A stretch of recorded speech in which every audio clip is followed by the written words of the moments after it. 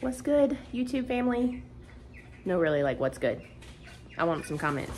What's good in your life? I need goodness. We need to spread the goodness. Tell me something good. Anything good. I don't care. Hey, here's one for me. I woke up today. So, today I'm going to show you a little bit and kind of explain a little bit my plans, my vision for what I want in the backyard. Now, not all of it is going to come true or come to fruition this summer.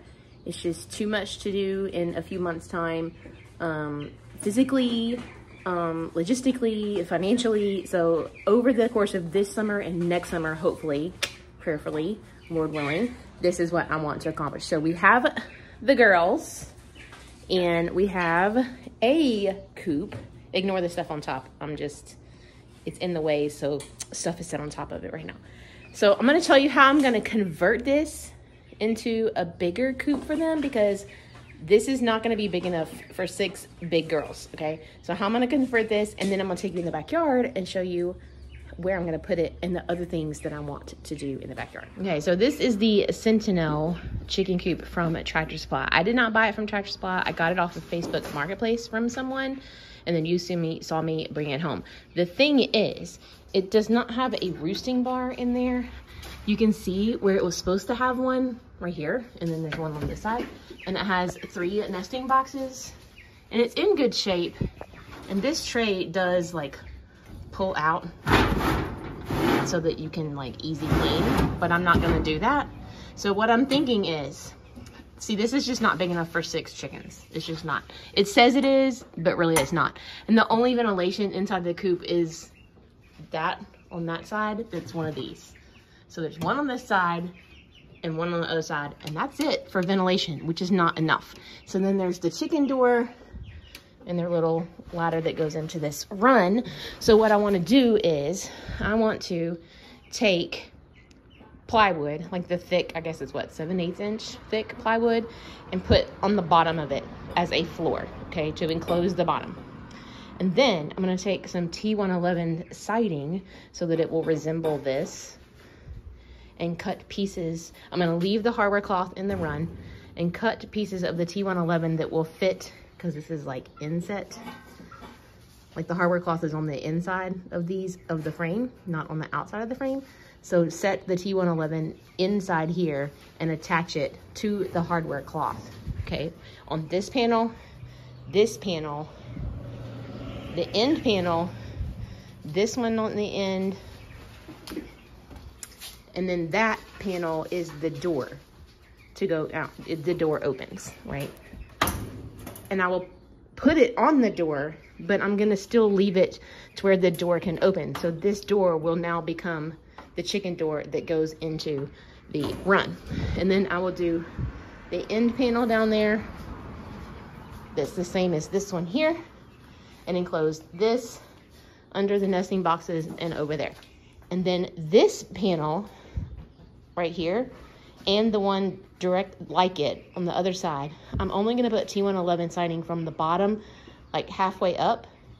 I toyed with leaving it open, but I'm not gonna do that. If I don't go halfway up, I might go 3/4 of the way up with the siding and leave hardware cloth exposed so that they have ventilation going straight across from this side all the way through to the other side, as well as this one and the other one.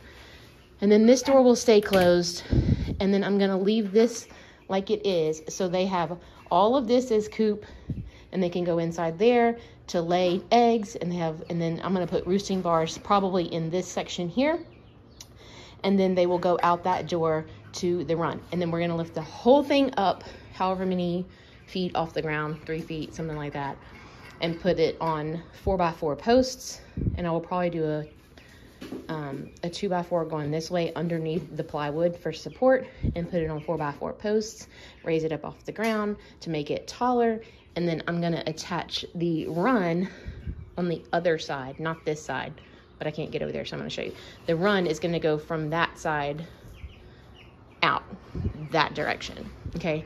So I'm gonna attach the run here, like the roof of the run will start here and go to here, and then the run will come out so that it's at a slight slant, because this is 4 inches shorter than this point. So it'll be a slant roof, so any water or snow in the winter will run off. Gravity will make it run off, but it won't be super slanted.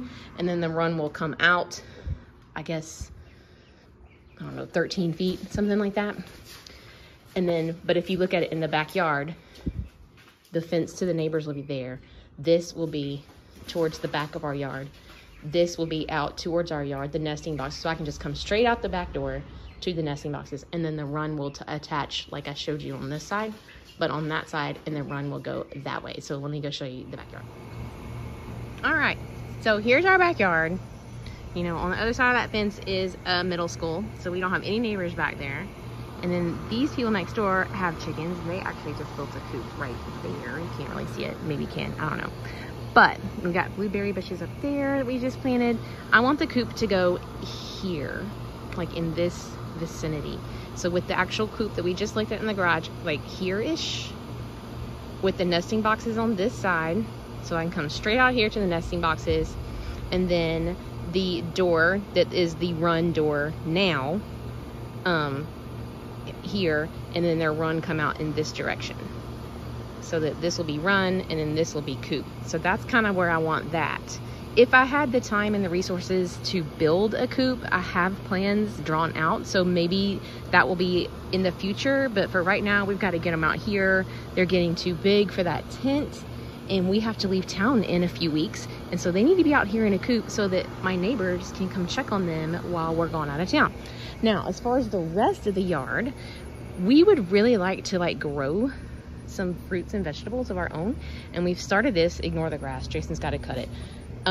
So I did this, but we tried a garden out here in the yard a couple years ago. Did not work. I don't know if it's our soil or what. And then we had like a mole, or I don't know, groundhog, something burrowed all through the yard and came down and pulled all of Bailey's okra and the watermelon, and she was so mad because she loves okra. So we decided to do a raised bed, but we would like to do raised beds, like maybe like one here, maybe, I don't know, but we can't decide where we want the raised beds. Or maybe put them in like a row, like along this back wall, or maybe we put raised beds up here on this retaining wall thing. I'm not sure. Comment down below. Do you have raised beds? Are they easy to build? What do you recommend? We are in the South. We are in Tennessee. Like right now today, it's supposed to be like a heat index of 105 degrees. Now, I do not have a green thumb, as you can tell, okay?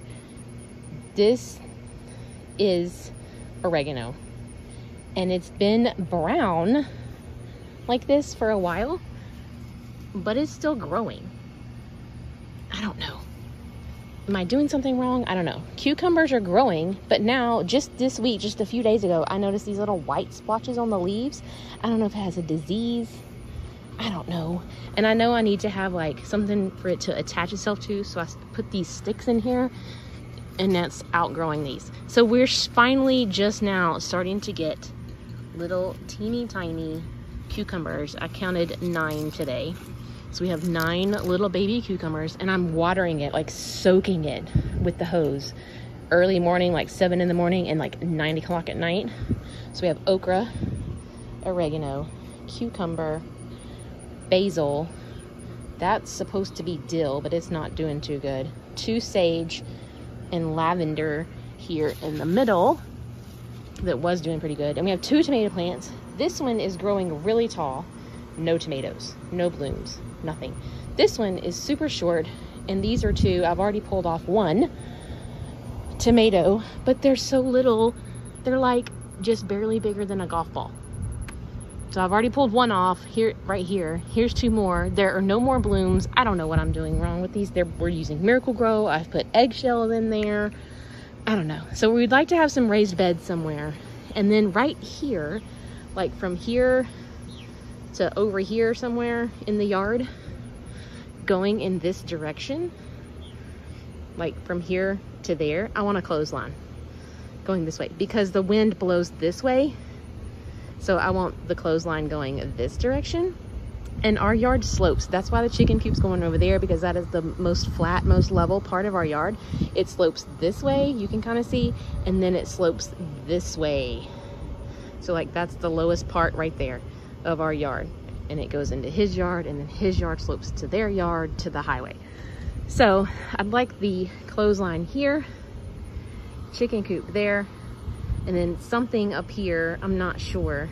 We got 2 blueberry bushes back there and Bailey's elephant ear back there. But that thing, it doesn't look very deep, but it's like 5 feet, 4 or 5 feet wide. It's a pretty big amount of space. So maybe we do raised beds here, or I'm afraid to till this and just make that a garden in the ground because of the animals coming underneath and just pulling it. So I don't know. We're just gonna put coop here, coop and run here, and then that will make it easy for the neighbors. They can just come straight in the gate, check on the chickens. It's easy access to the hose. I don't know. That's what I'd like to do.